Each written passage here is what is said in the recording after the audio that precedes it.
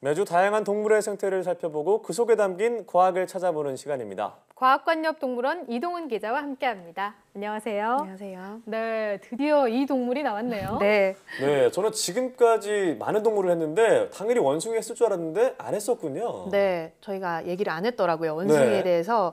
어떻게 보면 이 동물원의 마스코트다, 뭐 대표다 이렇게 그렇죠. 볼 수 있는 게 또 원숭이가 아닐까 하는데요. 네. 드디어 이 원숭이에 대해 얘기를 좀 해볼까 합니다. 뭐 아시다시피 원숭이는 사람과 가장 가까운 동물이다 이렇게 알고 있잖아요. 네. 그만큼 우리가 이 좋아하는 동물도 아마 원숭이가 아닐까 합니다. 네, 맞아요. 저는 이번 휴가에서도 말레이시아 맹그로브 숲에서 원숭이를 또 보고 왔거든요. 또 동물원에 가면 항상 보게 되는 게 원숭이인 것 같아요. 네. 그만큼 종류도 정말 많고 사람들이 관심이 가는 동물이 원숭이가 아닐까 그렇죠. 싶습니다. 네, 맞습니다. 이 동물원에 가면은 원숭이 종이 굉장히 많잖아요.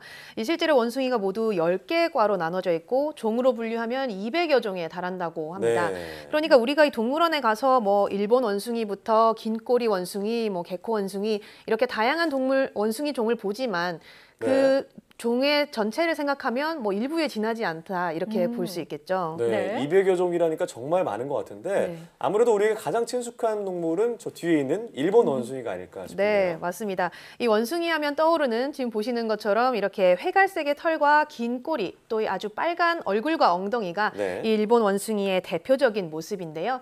보통 이 원숭이의 몸 길이가 50에서 60cm 정도이고요. 이 가운데 꼬리 길이만 10cm 안팎에 달한다고 합니다. 네. 특히 이 꼬리의 경우는 원숭이를 특징 짓는 이 조건 중에 하나인데요. 이 멍키라는 영어 단어 있잖아요. 네. 영어 단어가 이렇게 긴 꼬리를 가진 경우만 쓸 수 있습니다. 그러니까 긴 꼬리가 있어야 원숭이로 분류가 되고요.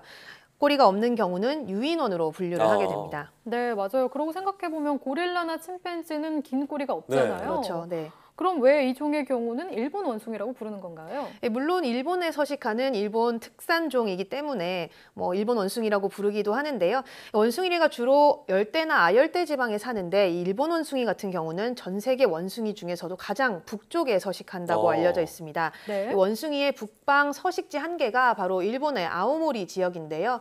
물론 뭐 남쪽으로도 원숭이가 분포를 하고 있고요. 일본 전역에는 아주 전반에 걸쳐서 원숭이가 살고 있다고 합니다. 네, 그런데 이제 일본과 우리나라가 위도가 비슷하잖아요. 네. 그런데 우리나라 야생 원숭이 얘기는 들어본 적이 없는 것 같아요. 네, 맞습니다. 말씀하신 대로 이 위도상으로는 우리나라에도 원숭이가 살 수 있습니다. 네. 과거에 실제로 우리나라에 원숭이가 살았다는 기록들이 남아 있는데요.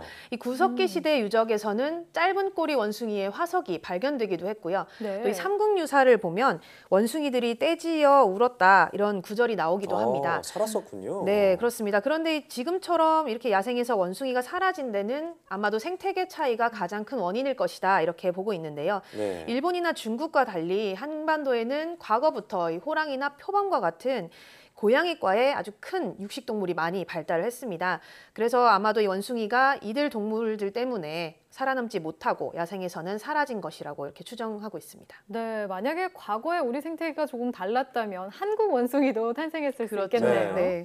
그런데 저는 일본 원숭이 하면요. 왜 노천탕에서 온천浴 즐기는 모습이 떠오르거든요. 네. 그렇죠. 그게 아무래도 일본 관광책이나 영상 자료에 항상 등장하는 장면인 것 같은데 맞습니다. 그게 원숭이들이 어떤 추위를 이겨내기 위한 방법 중에 하나인 건가요?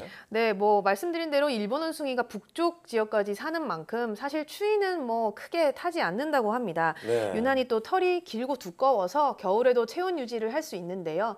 이 원숭이들이 이렇게 온천욕을 통해서 사실은 체온 손실을 막는 것도 있지만 네. 스트레스를 풀고 또 번식이나 생존에 긍정적인 영향을 받는다고 합니다. 네. 일본 교토대 연구팀이 암컷 일본 원숭이들의 행동을 한번 분석을 해봤습니다. 그랬더니 서열이 높은 암컷 원숭이는 온천욕을 굉장히 오랫동안 즐기고요. 그만큼 스트레스 호르몬의 수치도 낮아지는 것으로 나타났습니다. 이 서열이 높으면 아무래도 상대적으로 공격적일 수밖에 없고요. 또 그만큼 에너지 소모량도 더 많을 수밖에 없는데 그 대신에 온천욕을 더 오래 함으로써 이런 보상을 받게 되는 거죠. 네. 네. 또 이렇게 암컷이 온천욕으로 스트레스를 풀게 되면 번식이라든가 뭐 이런 생존 전반에도 긍정적인 영향을 줄 수가 있다고 합니다. 네, 이렇게 따뜻한 온천물이 사람에게뿐만이 아니라 원숭이에게도 효과가 있었네요. 그리고 또 서열에 따라서 달라진다고 하니까 신기하기도 한데요. 앞서 본 화면에서도 마치 그게 느껴지는 것 같더라고요. 뭐 여기에 이렇게 이를 골라주는 느낌도 있고요. 네, 맞습니다. 이 실제로 원숭이들을 관찰을 해보면 아주 소수만 이 온천욕을 즐기는 걸 볼 수가 있고요. 서열이 낮은 원숭이들의 경우는 이 온천 근처도 가지 못한다고 합니다. 이 원숭이 사회가 워낙 위계 질서가 뚜렷하기 때문에 계급에 따라서 이렇게 서열이 높은 원숭이들만 자유롭게 온천욕을 즐길 수 있는 겁니다. 계급에 따라서 어떤 체계적인 무리 생활을 한다고 볼 수 있겠군요. 네, 맞습니다. 이 원숭이가 보통 이동 생활을 하는데요. 뭐 적게는 한 가족 또는 뭐 한 20-30마리 정도부터 많게는 수백 마리가 하나의 무리를 이뤄서 산다고 합니다.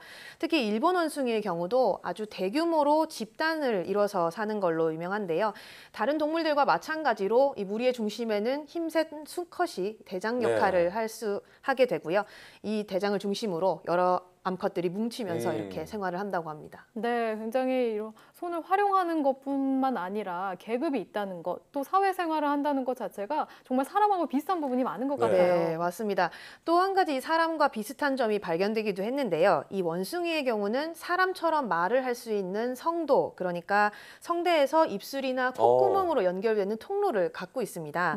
실제로 이 성도의 경우는 원숭이가 갖고 있는 성도도 수천 가지에 달하는 단어를 말할 수 있을 정도로 아주 완벽한 모양을 갖췄다 이렇게 알려졌는데요. 이 미국 프린스턴대와 오스트리아 빈 대학의 과학자들이 이 원숭이의 성도를 3차원 컴퓨터 기법으로 분석을 해봤습니다. 그랬더니 이 원숭이가 5개의 모음을 정확하게 구사할 수 있는 그런 성도를 가지고 있는 것으로 나타났는데요.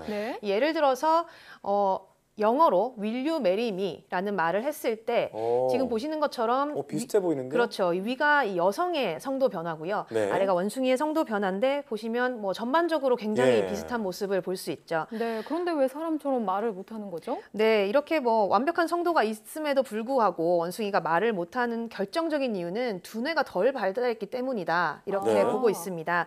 이 연구팀은 원숭이의 경우는 성도를 복잡하게 제어할 수 있는 능력이 없다고 봤는데요. 이 성도가 있더라도 뭐 공기의 흐름이라던가 성도의 모양을 아주 정교하게 제어해야만 말을 할 수가 있다고 합니다. 그런데 원숭이의 경우는 이렇게까지 제어를 할 수 있는 능력이 발달하지 못해서 언어 능력은 갖지 못했다 이렇게 보고 있습니다. 네, 개인적으로 원숭이가 말을 할 수 있다면 아마 강아지나 고양이를 제치고 가장 이제 애완동물 1위가 되지 않을까라는 생각이 드는데요. 그런데 원숭이를 보면은 생김새나 뭐 행동 패턴 이런 걸 보면은 사람과 공통점이 앞서 말씀하셨지만 굉장히 많은 것 같아요. 네, 맞습니다. 우리가 이렇게 원숭이한테 끊임없이 관심을 가지고 또 이 원숭이를 이용한 연구를 진행을 하는 것도 아마 이렇게 사람과 워낙에 공통점이 많기 때문일 건데요. 그래서 지난 1월에는 중국에서 원숭이를 복제하는 데 성공하기도 했습니다. 이 우리나라에서 복제양 돌리를 만들 때와 같은 방식으로 원숭이를 복제를 했는데요. 모두 79개의 복제 수정란을 대리모 원숭이에게 이식한 결과 2마리가 아주 건강하게 태어났습니다. 이 영장류의 복제는 세계 첫 성공이라서 당시 아주 크게 주목을 받았는데요.